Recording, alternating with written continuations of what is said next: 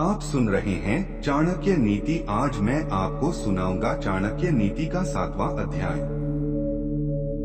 दोस्तों, चाणक्य कहते हैं एक बुद्धिमान व्यक्ति को यह 5 बातें किसी को नहीं बतानी चाहिए। पहली कि उसकी दौलत खो चुकी है। दूसरी, उसे क्रोध आ गया है। तीसरी, उसकी पत्नी ने जो गलत व्यवहार किया।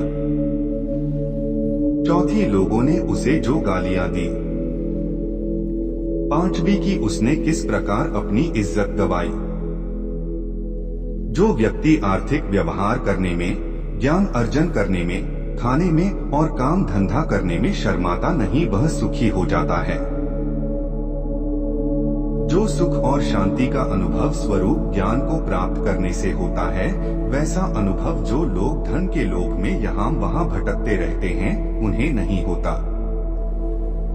व्यक्ति को इन 3 चीजों से संतुष्ट रहना चाहिए। पहली, खुद की पत्नी। दूसरा, वह भोजन जो विधाता ने प्रदान किया। तीसरा, उतना धन जितना ईमानदारी से मिल गया।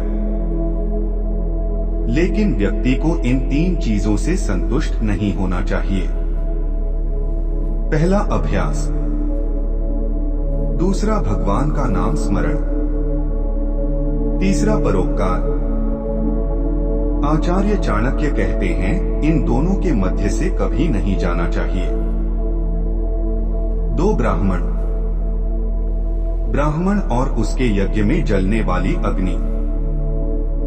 पति और पत्नी, स्वामी और उसका चाकर, हल और बैल, अपना पैर छूने न दे। अग्नि, आध्यात्मिक गुरु। ब्राह्मण, गाय। एक कुमारी का, उम्र में बड़ा आदमी। और एक बच्चा।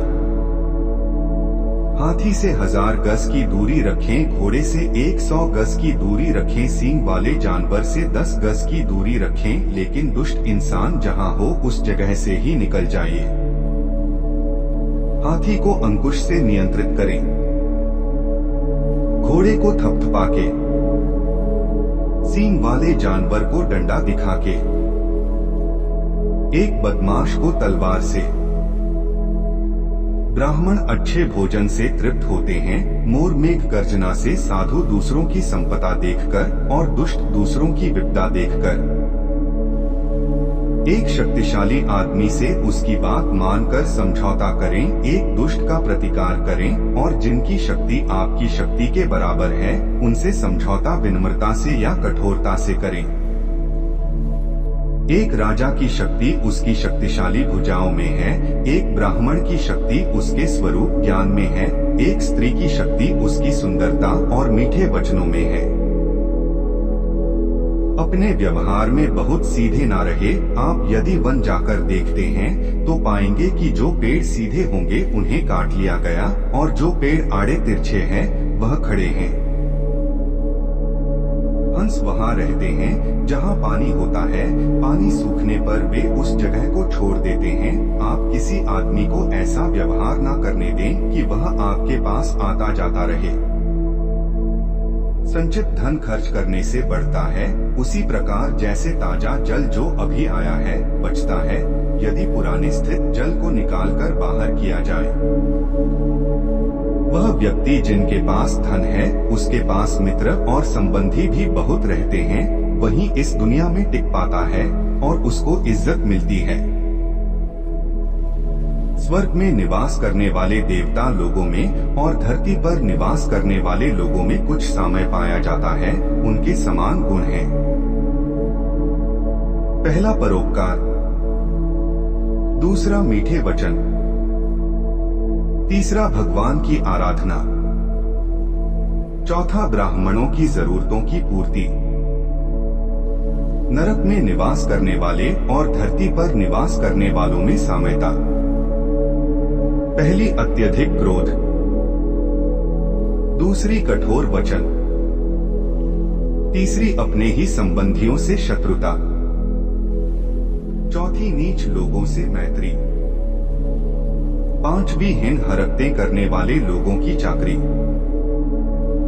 यदि आप शेर की गुफा में जाते हो तो आपको भी हाथी के माथे का मणि मिल सकता है, लेकिन यदि आप लोमड़ी जहां रहती हैं वहां जाते हो तो बछड़े की पूंछ या गधे की हड्डी के अलावा कुछ नहीं मिलेगा।